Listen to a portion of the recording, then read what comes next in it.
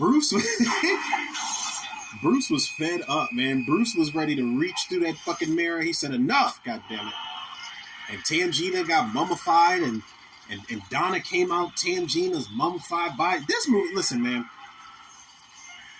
I'm going to get to this movie in a second, but I want to try out these little, y'all know how I was doing, Black Jones in horror, Black Bulls in horror, say something nice about, I want to start these new segments where I talk about hated sequels that I love.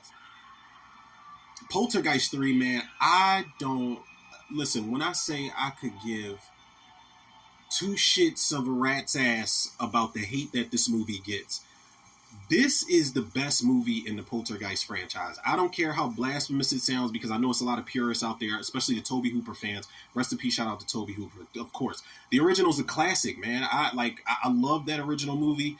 The second one, Reverend Kane, I think that actor's name was Julian Beck. Rest in peace, shout out to him also. And rest in peace, shout out, obviously, to Heather O'Rourke, our main character for 3 movies on in. The second movie, all I remember is Reverend Kane. I remember the Indian guy, and I remember Bobby's braces just going crazy in the bathroom, and then they were about to hit the socket and electrocute him. That's all I remember from Poltergeist 2, man. The original's got memorable parts. I don't really remember much about part 2. This one, Gary Sherman, man, shout out to Gary Sherman. He also did one of my favorite movies that I feel like nobody saw back in the 90s. It's called Lisa. Gary Sherman, man,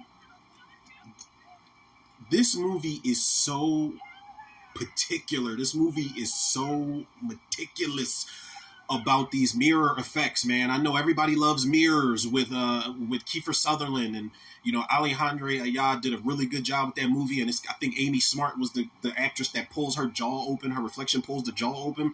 That movie's cool, but that movie does a lot of CG effects. This is all practical mirror effects, man. This is Tom Skerritt, Nancy Allen, Zelda Rubinstein, all on one side of the frame, and a bunch of different actors dressed up exactly like them on the other side, and they are in sync, man. And Nancy Allen, there's little bits, there's little 15, 20 minute, I don't know if it's 30 minute, but there's videos on YouTube, scattered all over YouTube, of the documentary for this movie. There's an interview with the writer, there's an interview with Nancy Allen, there's an interview with, I think maybe the production designer, was it?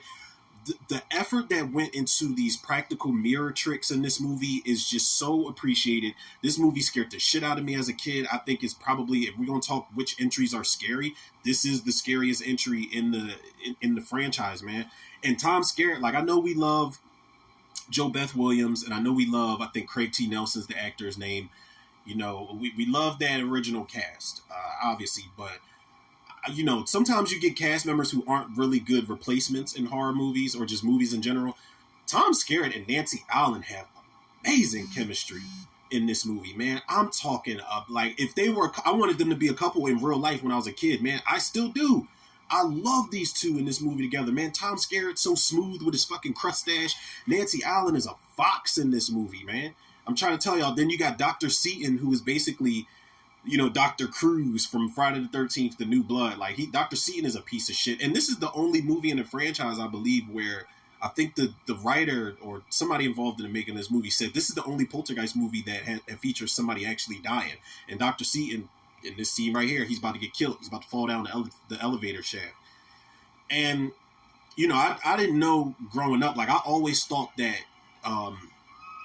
I don't know why. I don't know if it was something because me and my brother and sister used to watch this a lot when we were kids. We used to run this shit into the ground. But I don't know if one of us just were under the impression that when Carol Ann gets pulled in the puddle in the parking garage that the actress passed away she died on set. But no, she finished making this movie and then she passed away, unfortunately. But I thought that, they were going to scrap the movie when Heather O'Rourke passed away. But I thought that she died during the making of the movie and they had to, reshoot the ending or whatever. They did reshoot the ending. This is not the original ending that they chose. But this, man, it's just so much that went into this movie, man. Even the little details that I feel like nobody notices. When Donna comes back out of Donna gets pulled into the pool, You know, the poltergeist hands pull her, Scott, and Carol Ann into the puddle in the parking garage. When Donna comes back out of Tangina's mummified body, the lettering on her on the letters on her jacket are backwards. So nobody really paid attention to that shit. Like, I mean, the characters didn't, but I don't think a lot of people that actually talk about this movie, they don't talk about the fact that the letters are backwards on their clothing. Dead giveaway that they are from the reflection side, man.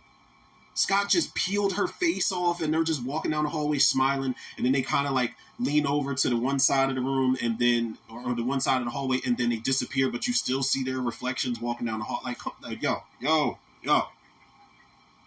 Gary Sherman did a hell of a job with this movie, man. I don't care nothing about the hate. I love this movie.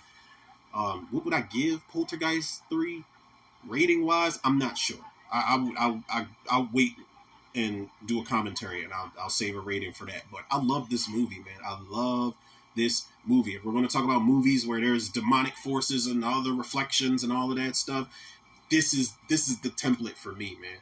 It might be a movie that came before it. It might have been more movies after it, but this is where it's at, man. It was a nice change of scenery. It was a nice change of pace. It was a nice change of characters because I love the new characters introduced. You know, I miss the old characters, but I'm like, these are pretty good replacements. Laura Flynn Boyle, Kit Wentz. You know, I love these characters in this movie, man. I really do.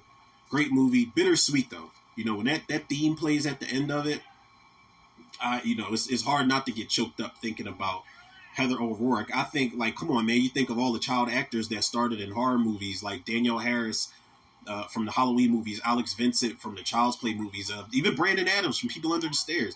You think about all these child actors that just grew up to have these really successful careers, and it's a shame Heather O'Rourke didn't even, you know, she didn't even get a chance to have that, man. I think she would have been an amazing actress. I think the time that we're in now, it's no doubt in my mind they would have been like, oh, well, the reboot didn't work. Let's call Heather O'Rourke back for a Poltergeist Legacy sequel. And I would have been here for it had she still been around. I definitely would have been here for it, man. This is when you bring all the characters back that are actually still around. But a hated movie that I love. A hated sequel that I love. I don't know what I'm going to call this. I'll figure it out in due time.